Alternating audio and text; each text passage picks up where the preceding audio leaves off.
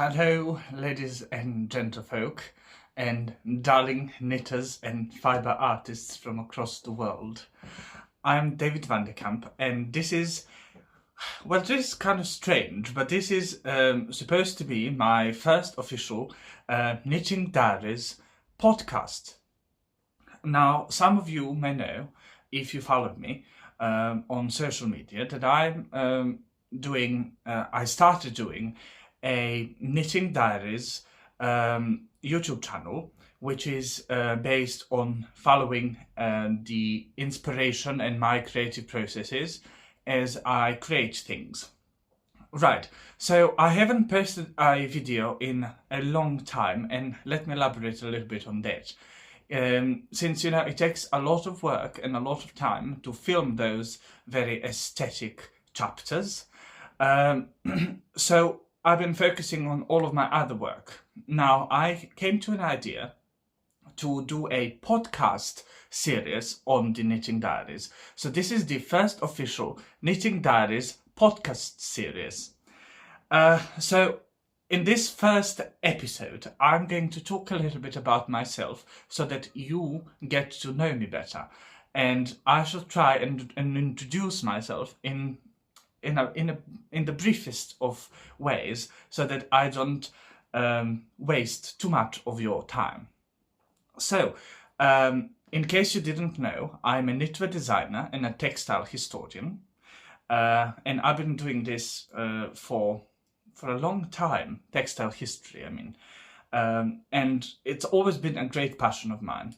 I'm David van de Kamp Designs on all social media.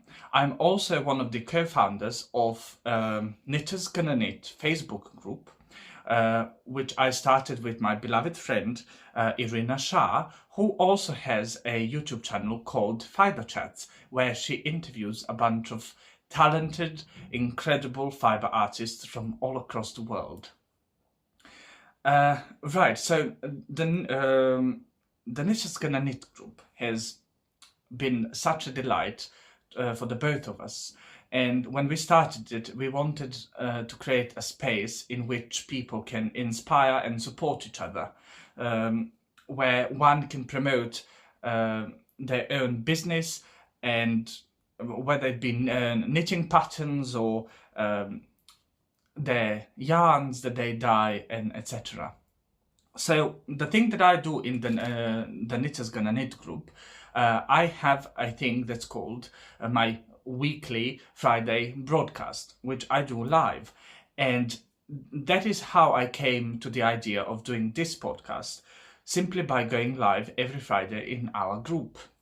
The point of that live is just for me to go on and talk a little bit about what I've been up to, and talk about the group and all of the exciting things that happen in the fibre world. So I thought, well, why not just move it over to YouTube and turn it into a podcast? I already have the channel. All I have to do is sit down and talk for a while. And I hope that with this podcast, I am going to showcase myself, showcase my inspirations, my motivations, the story behind my work, and simply share my knowledge and my dreams with all of you. And also hoping to keep you all company while you knit. So, I'm living in a small town southwest of Serbia. And it's a very, very small town, and there's very few people here who are knitters. So sometimes, as a designer and as a knitter, it gets rather lonely here. So talking to all of you, it really helps to make me feel like I'm knitting with friends. So I hope that in future I can share that with you all, so that we can sort of knit together, even though it is virtual. I'm looking forward to spending my time with all of you. Right, so I've never done a podcast before, so I hope that you will not mind if I get scattered a little bit, but I shall do my very best, as I always do, and hopefully it all works out. Right, so unless you are a very close friend of mine, or you have been following me for a good while, there's quite a few things that one wouldn't know about me. So since this is the introduction to the podcast, I'm going to talk a little bit about how I came to be a knitwear designer and how I came to publish patterns and do wool and all of that fun stuff. So, I was born here and raised in this town called Sokobanya in the south of the country. Serbia is in Europe, in case you didn't know, and it's not Siberia. And, life has been quite interesting because, this is what's considered a third world country. And, my bringing up was interesting, to say the least. So when time came for me to go to high school, I decided I shall attend the art school in a city. And my specialty in high school, which I chose, was the textile design and history. So I attended high school for a while, and then when I turned 18, I decided all of a sudden to, pack my bags and head off to China. So I went to Hong Kong, and in a way, I was reborn in every way possible. It was the best decision I've made in my entire life. It was something that made me get to know myself better, and it helped me to reinvent myself. In China, I started actively knitting full-time, and I started studying the history of fibers from China. And thus I came to the Chinese Silk Institute, where I studied the traditional Chinese clothing called Hanfu from 4 different dynasties. Since, Chinese history is, it's such a large topic that I had to choose only a few, and even 4 dynasties was too much information. So I've stayed there for almost 4 years. It's so incredible how time flies. And I loved every minute of it. I learned how to do Chinese silk embroidery, and I learned how to do reconstruction work from paintings and scripts and, drawings, and bring history to life. I am a huge lover and am very passionate about history, not only textile history, but in general. And then, as we all know, in 2020, the not so nice thing happened when COVID decided to show up.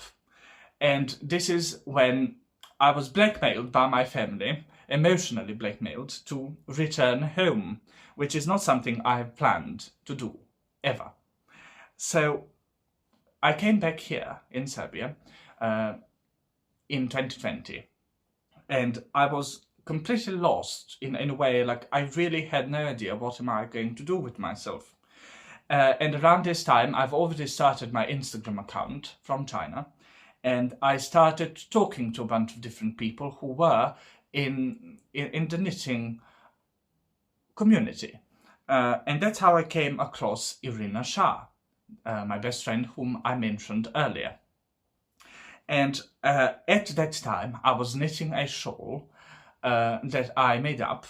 It was a combination of Shetland lace with beads. And Irina commented under that post, and then we started talking. And she was the person who told me, the first one ever to tell me, well, why don't you just write a pattern for this shawl and publish it? Because I think people would appreciate it.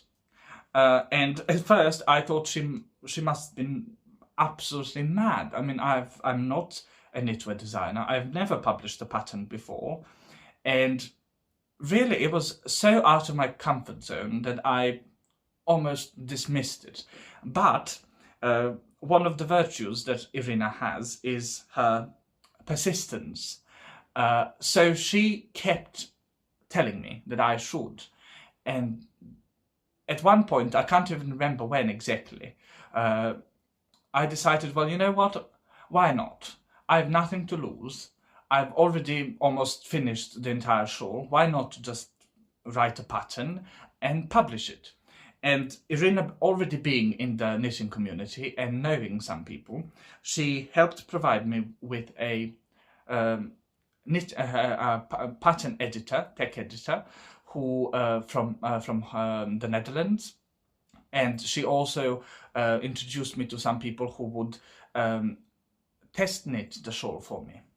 And this is also very new, was for me. It was something I never imagined I could do. But with the assistance and help of all of these lovely people from online, whom I've never met before, I've managed to publish, and quite successfully so, my first knitting pattern called Casta Diva. And I'm going to show it to you. You might have seen it already, but let me just show it to you real quick. So this is my first child, my firstborn. It is the Casta Diva shawl. And I'm going to bring it a bit closer so that you can see, but there's also of these beads beaded on the white parts of the shawl. And I'm going to just tell you a little bit about why it's called Casta Diva and how it came to be. So, like I mentioned previously, my love of history has always played a major role in my life, and that includes not only the historical events that took place, but also architecture, art, and music. I am a passionate lover of music, especially classical music and opera. And one of my absolute favorite operas, arias, is Casta Diva, especially sung by the most incredible opera singer, Maria Callas. So Maria Callas has always been sort of an inspiration to me, like a muse. And if you go on YouTube or Google her, you can oftentimes see her wearing these beautifully draped shawls while she's performing. So I wanted to make a shawl that sort of resembled the elegance and the drape of the shawls worn by Maria Callas. So I came up with the red. This is a burgundy, sort of rusty burgundy color, and cream, since I thought, well, that would be elegant. And then I chose to add all the beads, and that's how it came to be. And I did the Shetland lace border there. I don't know. Can you see? It got a little wrinkly. Sorry. So that's why I decided to name it Casta Diva, since it's such a beautiful aria, and it really was so exciting. And I wouldn't have named it Casta Diva originally, even though it was inspired. But then I learned that one is supposed to name knitting patterns, which is not something I knew before, since in Serbia we do have knitting magazines, but they do not carry names. They are rather nameless. Instead, they are coded in numbers. So there would be, if you open a knitting magazine, there would be, I don't know, let's say knitting pattern number 23, and etc. So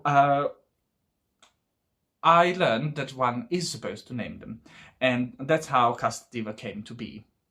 And once I published it, I was, first of all, I was on the edge the whole time. I don't think I've ever been so nervous my whole life, since I'm putting my work out there globally for people to see, and I'm expecting them to buy it and to knit it themselves. And I was so worried that people would be so critical and would find mistakes and errors and not like or be mean, since that's what internet is best known for. But to my very surprise, that wasn't the case at all. All of a sudden, people started buying the pattern and knitting it, and I was flooded with all of these positive comments and compliments and suggestions, and it really was the best month of my life. And thus I continued doing what I still do: design and publish knitting patterns. I've learned to knit when I was rather young. The first thing, craft, let's say, that I learned was crochet, and I learned it from a lady selling her crocheted doilies on the side of the road. So she showed me how to do a chain stitch and, you know, a single stitch and all of that. So my first craft was crochet. And then I met another lady who said, you know, if you learn how to knit, you will forget everything about crochet. And I did not believe her at all. But she showed me how to cast on and do a knit and a purl, and I fell in love with it. Absolutely fell in love with it. So much so that I did not think about crochet for a few years to come. Now, of course, I appreciate both of the crafts, and I'm a passionate creator of both crochet and knitting, except that I only publish knitting patterns. I also love Irish lace, which is crocheted, and I've been doing it my whole life pretty much. Although nowadays I don't have as much time as I used to. I'm also a rather skilled weaver, since my grandmama was a master weaver, and she specialized in the art of knitting tapestry, weaving tapestries and Serbian traditional kilim rugs, which are technically a tapestry, but except they are made on a different loom, and they are meant for the floor instead of the wall. So when I returned to Serbia, not only did I start knitting and designing and publishing patterns, I wanted to go out and see if there are any other knitters. So I went across town, and at the green market I saw a lady that was selling wool. And let me tell you a little bit about the wool. While I was back here, living here, before I went to China, I always had quite a dislike for the Serbian wool, since it was always way too rough, and it was always in the natural grey and cream, and I was very unimpressed with the colours. I've always loved Shetland wool because they had such a, you know, vast range of colours, and, you know, it was so soft and squishy and fine, and I loved it. So after coming back, I sort of wanted to give it another chance, in a way. So I went out, and instead of going to the market and touching the wool that they were selling, I went to a friend who keeps sheep. So I went there and I snuggled one of the sheeps, and I was obsessed, because on the sheep it was so soft and it was so cuddly, and I couldn't resist it. And I wondered, well, why, if we have such lovely squishy sheep, why is the wool that they make so rough and unattractive? And that gave me an idea. Well, why don't I just take the fleece from that sheep and try to make my own yarn? And that's what I did. I used the traditional methods. I'm going to show you. This is one of my grandmother's ancient wool combs. It's very old and very sharp, and it's used to pull the fibers apart and comb them.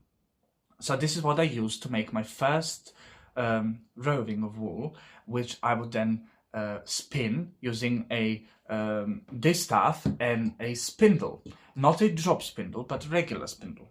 That is one of the oldest kind of spindles. So I made the wool and I dyed it using natural dyes, and I fell in love with it. And then I wanted to do some more research on the fiber, and to my surprise, once again, I went online and there was absolutely nothing about Serbian sheep or Serbian wool or the history, nothing. So I went to the library, and once again I found nothing. And that's when I decided that I'm going to go to the capital and try to see, visit one of the agricultural centers that specializes in wool and sheep, and they had no information on the wool itself, but they did have information, especially statistics, for the Serbian native sheep breeds. And upon seeing those documents, I've realized how endangered our sheep breeds actually are. Since the 1950s to now, it has dropped, the numbers have dropped so low that if we continue this way, our sheep are going to go extinct there are some breeds, native breeds, that are very close to that extinction line, and others that are more common, but they're used for meat production. So I've sort of had, let's say,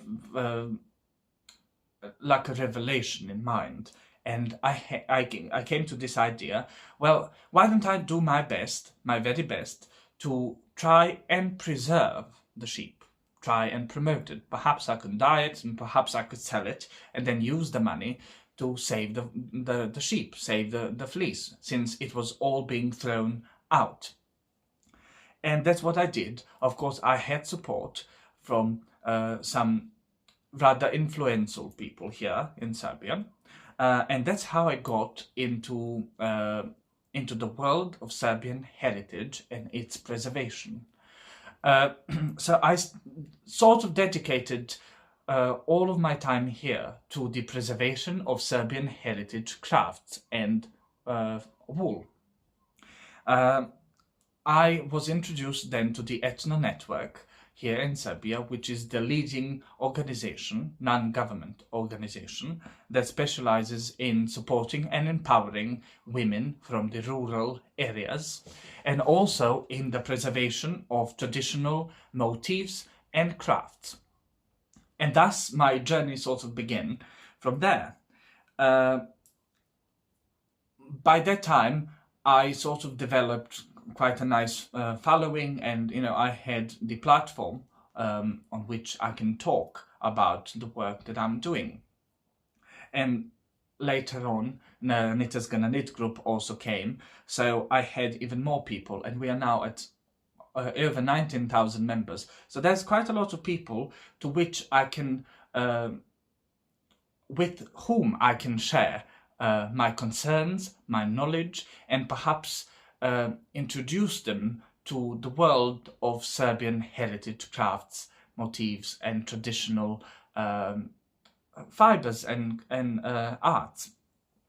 And I'm so happy that so many of you have received them with such pleasure and were so very keen on learning so much about our tradition and our knitting, our wool, and etc. So when I started the wool, I wanted to name it something that was close to heart. And since I'm living in the area which is known as Old Mountains, a beautiful complex of hills and mountains and beautiful forests and rivers and stuff, so I decided, well, I'm going to name the wool Old Mountain Wool, since it comes from this area. This is where we harvest it from. This is where we try and protect all of our sheep. So I thought, well, it would be appropriate, and so it was. And right now we have such a large variety of colors. Here is some of my Old Mountain Wool shades, and they are all available at my newly formed web shop called vandekampdesigns.com. .com. Oh, I think I mixed my Serbian in there a bit. Sorry. Right, so this is the wool. I'm so very excited because, we've developed over 35 colors now, and I started with only 5 experimental colors. So I'm very, very pleased with the progress that I've made, of course, with the support and encouragement of so many people around me, both here in the country and also all of you online. So, right, if you'd like to check out my web shop, please visit vandekampdesigns.com, and you will see all of the shades and some of my patterns, all of them actually, and some of our weaving. So it's all been rather fun, really. If I look back, from 2020 to now, I've achieved quite a lot, and I had no idea back then that I would come so far with my endeavour, really. But once again, I couldn't have done it on my own. I had the support of so many wonderful people across the world. I'm planning quite a few new designs for the future, which I'm very, very excited about, and I hope you get ready because they are going to be rather colourful. this is the one I'm working on now. So I'm just doing the raglan bit of the jumper. I'm not going to reveal too much of it, but the bottom part and the sleeves are going to be as colorful as you can imagine. And this is also done in my old mountain wool. This is the shade aqua blue, and it is a DK weight, which is 220 meters per 100 grams, and it's a 2-ply. So I'm using the 4mm, which is US 6 needles, and this is my recommended size for our wool, since it gives the best fabric, best texture, and it has very good definition. So with this project, I hope to finish in a week or so, and then have it written up and tested and all. And there's also a very exciting shawl that I've been working on for, I'm ashamed to say, for over 3 months now, because I've been working on it on and off. But it also includes a bunch of different colors, so it's very colorful, and it uses very plain stocking stitch pattern with increases and decreases, and some garter stitch. And also, which is the most exciting part about the design, is its construction. I came up with the idea of forming this shawl in a way that I've not seen done before, so I'm also very excited to share that pattern with you. I've seriously, if I think about it, I just can't wait to have it published and, you know, have the pictures taken and all. And there's also a third piece to this colorful collection, which is going to be a coat, a very long knee-length coat with a hood. Actually, I'm still sort of having a dilemma with the hood. Do I do the hood or not? If you're watching this and you've made it this far, please let me know in the comments if you prefer a coat with the hood or without, since I really can't decide. My mama quite likes hoods and pom-poms and tassels, and me personally, I'm sort of neutral. I don't have a preference, so do let me know what you think. Also, I have to mention, if you are not already a part of Irina's and I Facebook group, Knitter's Gonna Knit, I would wholeheartedly like to invite you to come and join. All you have to do is go on Facebook, if you have an account, and in the search bar, all you have to do is write Knitter's Gonna Knit, and our group will pop up, and you have to send a request to join, answer 3 questions, I think, and we shall have you approved and joining us in no time. You know, we really try to build that community, to make a safe place where, you know, it's all inclusive, everyone is welcome, regardless of race, gender, preferences and all that. Since we are all joined by our knitting, by our fibre arts, and many people don't only knit, they do crochet, some do weaving, some spin, you know, so we are together in this world as knitters, as fibre artists, as creators, and we ought to stay together and stick together. You know, sometimes there's a moment, I suppose in everyone's knitting life, when, you know, you just hit that creator's block and you just can't make yourself knit something or do anything at all. So I'm speaking from experience because I've had such moments, and having the group has helped me so very much because people care. People actually care. I would go and post something and I would get so many wonderful, encouraging messages, you know, supporting me and inspiring me and motivating me. And not only messages, I would go and see all of these beautiful pieces that everyone's posting and sharing, and they would go on to inspire me for weeks and weeks. And also seeing how everyone is getting along, how, you know, everyone is being so nice and so kind, and this is what truly matters, you know, us staying together, inspiring each other. And I'm so very, very passionate about this idea of, you know, inspiring each other. Hence why I'm sitting here and talking to my camera, to all of you, in hopes that perhaps we can share in our creative endeavors. Right. So I suppose there's a few more things that I'd like to say. One of them is being talk about a little bit. I'm getting mumbled here. I'm very sorry. Talk about our weaving. So I also do weaving, like I mentioned, and I have an assistant, an associate, an elderly lady from my hometown who is such an expert in weaving.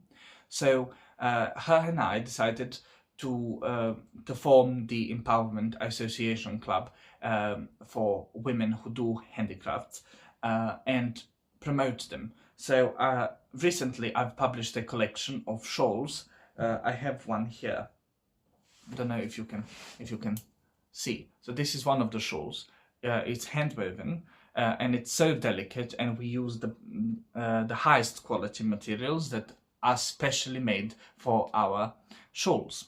So if you'd like to check those out, they are also available on my website. So go in and do that.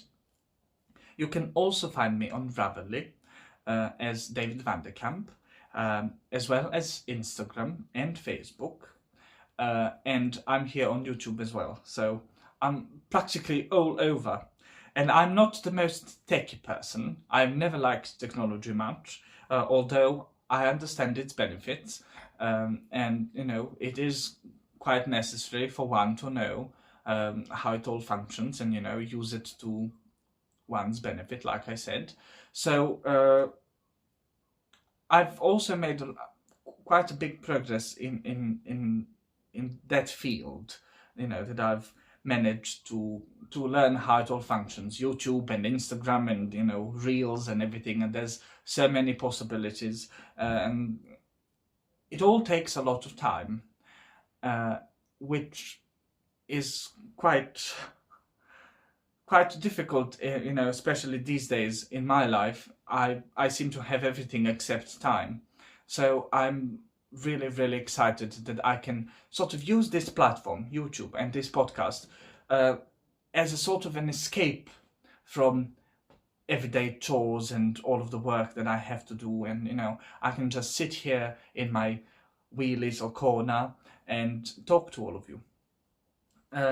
Right, so I'm not going to drag this into eternity, since this is the first introduction video. I am planning for the future of this YouTube channel. I'm planning to post a weekly podcast like this one, where I would just talk. And I'm also planning to continue my Knitting Diaries chapter series, which will not happen so very often, because, like I mentioned, they take a lot of work and a lot of time, and, you know, it's a lot of editing and filming and all of that. So I am going to try and keep consistent with the podcast series here. So I really hope that all of you shall find me pleasant enough to listen to. I hope that perhaps you can learn something. Perhaps I can share some knowledge and ideas and try to inspire you. And I would also quite appreciate if you could subscribe to my channel. It would really mean a lot having the support of all of you. And also it would help to promote the YouTube channel, and also help me promote the Serbian heritage preservation and promotion. So I would much appreciate if you could subscribe and hit the notification button, and also if you could please leave a comment.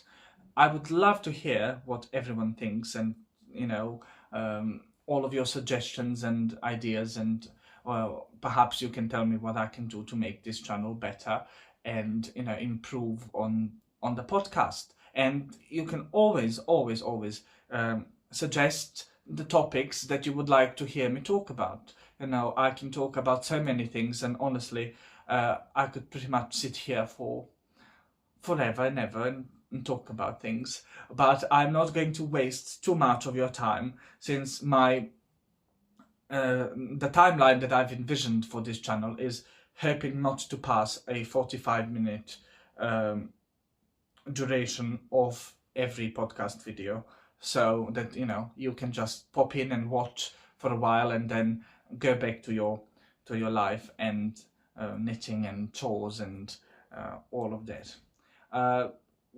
I hope that you can have a wonderful rest of the weekend, since it's Sunday, and I hope that everyone remains kind and supportive and well, since we are living in a rather troubled world, especially nowadays. So, yeah, I'm going to say goodbye, and I shall see you all very soon. Once again, thank you so very much for joining me here and for listening to me. I hope you enjoy, really. So have a blessed day, and yeah, I shall say ta-ta for now.